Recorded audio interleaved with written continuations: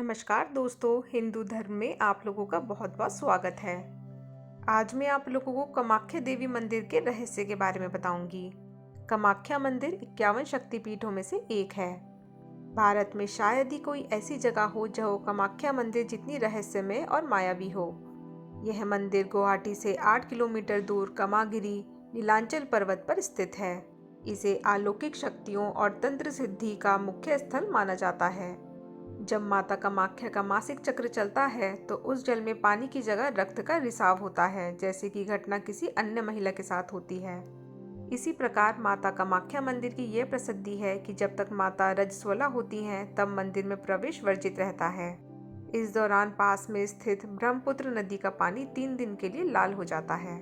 ऐसा कहते हैं कि पानी का ये लाल रंग कामाख्या देवी के मासिक धर्म के कारण होता है।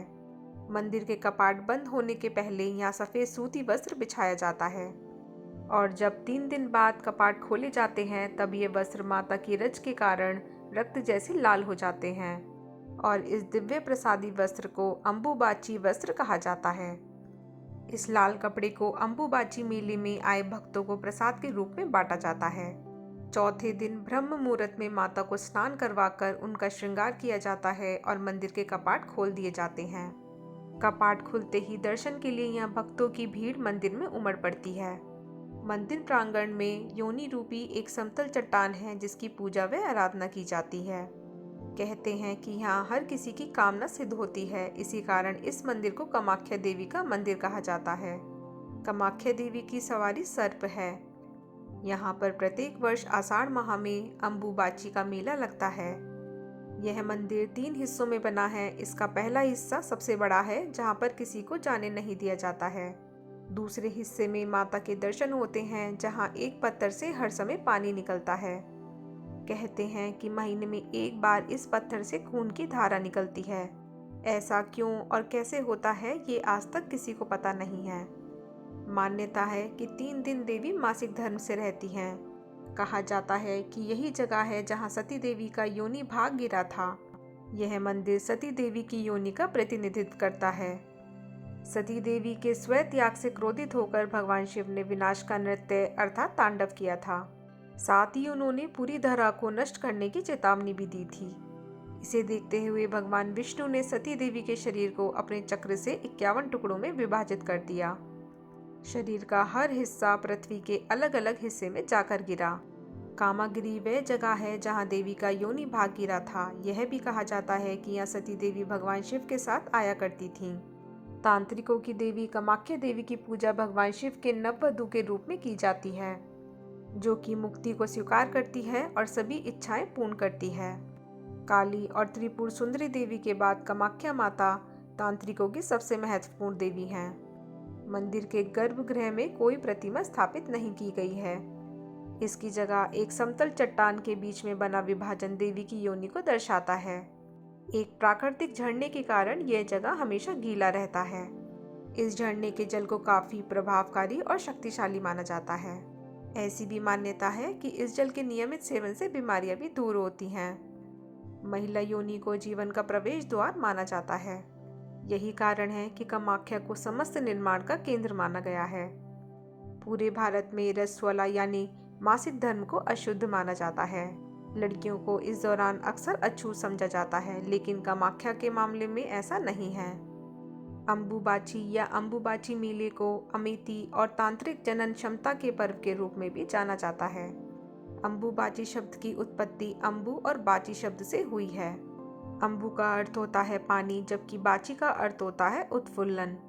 यह पर्व स्त्री शक्ति और उसकी जनन क्षमता को गौरवान्वित करता है। इस दौरान यहाँ बड़ी संख्या में श्रद्धालु आते हैं, जिससे इसे पूर्व का महाकुंभ भी कहा जाता है। अक्सर ये सोचा जाता है कि तंत्र विद्या और काली शक्तियों का समय गुजर चुका है, लेकिन कामाख्या में आज भी ये जीवन शैली का हिस्सा है। अम्बुबाची मेले के दौरान इसे आसानी से देखा जा सकता है। इस समय को शक्ति तांत्रिक की दृष्टि से काफी महत्वपूर्ण माना जाता है। शक्ति तांत्रिक ऐसे समय में एकांतवास से बाहर आते हैं और अपनी शक्तियों का प्रदर्शन करते हैं। इस दौरान वे लोगों को वरदान अर्पित करने के साथ साथ जरूरतमंदों की मदद भी करते हैं। इस क्षेत्र के आसपास कई तांत्रिक मंत्र पाए गए हैं। जिससे स्पष्ट है कि कामाख्या मंदिर के आसपास इसका महत्वपूर्ण आधार है। ऐसा माना जाता है कि अधिकांश कौल तांत्रिक की उत्पत्ति कामापुरा में हुई है। सामान्य धारणा ये है कि कोई भी व्यक्ति जब तक पूर्ण तांत्रिक नहीं बन सकता जब तक कि वह कामाख्या देवी के सामने माथा न टेके। तंत्र विद्या अच्छाई के लिए और बुराई के लिए ऐसा कहा जाता है कि कामाख्या के तांत्रिक और साधु चमत्कार करने में सक्षम होते हैं। कई लोग विवाह, बच्चे, धन और दूसरी इच्छाओं की पूर्ति के लिए कामाख्या की तीर्थ यात्रा पर जाते हैं। कहते हैं कि यहाँ के तांत्रिक बुरी शक्तियों को दूर करने में भी समर्थ होते हैं। हालांकि वे अपनी शक्तियों का इस्तेमाल काफ़ी सोच विचार कर करते हैं। यहाँ पर पशुओं की बलि दी जाती है।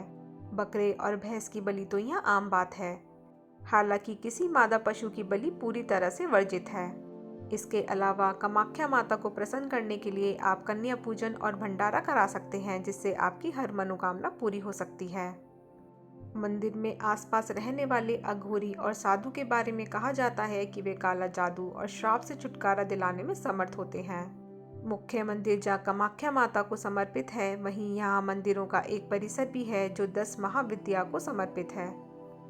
यह महाविद्या है माता मातंगी, माता कमला, माता भैरवी, माता काली, माता धूमावती, माता त्रिपुर सुंदरी, माता तारा, माता बंगलामुखी, माता छिन्नमस्ता और माता भुवनेश्वरी। यहाँ भगवान महादेव के भी 5 मंदिर हैं। आदि भगवान अघोरा, भगवान केदारेश्वर, भगवान अमरस्तोसरा, भगवान कामेश्वर और भगवान सिद्धेश्वरा मंदिर स्थित है। इससे ये स्थान तंत्र विद्या और काला जादू के लिए और भी महत्वपूर्ण हो जाता है। कामाख्या मंदिर एक ऐसी जगह है जहां अंधविश्वास और वास्तविकता के बीच की पतली लकीर अपना वजूद खो देती है। यानी कि यहाँ जादू, आस्था और अंधविश्वास का अस्तित्व एक साथ देखने को मिलता है। साथ ही इससे कोई फर्क नहीं पड़ता है कि आप आस्तिक हैं या नास्तिक। अगर आप रहस्यवाद को करीब से देखना चाहते हैं तो आप यहाँ जरूर जाएं। श्री कामाख्या माँ की श्रीमुख के दर्शन 15 वर्षों में एक बार ही होता है। माँ का चेहरा सदा फूलों से ढका हुआ रहता है। कामाख्या मंदिर से कुछ दूरी पर उमानंद भैरव का मंदिर है। यह मंदिर ब्रह्मपुत्र नदी के बीच में टापू पर स्थित है। उमानंद भैरव ही इस शक्तिपीठ के भैरव हैं। इनके दर्शन के बिना कामाख्या देवी की यात्रा अधूरी मानी जाती है। माता के अन्य नाम सती, काली, कामाख्या, कामेश्वरी, नीलांचल वासिनी, योनि मुद्रा धारिणी, तंतेश्वरी, भवानी, भगवती है। माता का निवास स्थान नीलांचल, कामाख्या धाम, मणिद्वीप और कैलाश है। कामाख्या माता का मंत्र ओम कामाख्या वरदे देवी नील पर्वत वासिनी त्वम देवी जगत माता योनि मुद्रे नमस्तुते है। दूसरा मंत्र कामाख्या काम प्रसन्ने कामेश्वरी हर प्रिय काम नाम देही में नित्यम कामेश्वरी नमस्तुते है। माँ के अस्त्रों का नाम त्रिशूल, चक्र, गदा, शंख, डमरू, खड्ग, तलवार, धनुष, बाण, ढाल और कमल है। माँ के जीवन साथी का नाम कामेश्वर शिव का रूप है।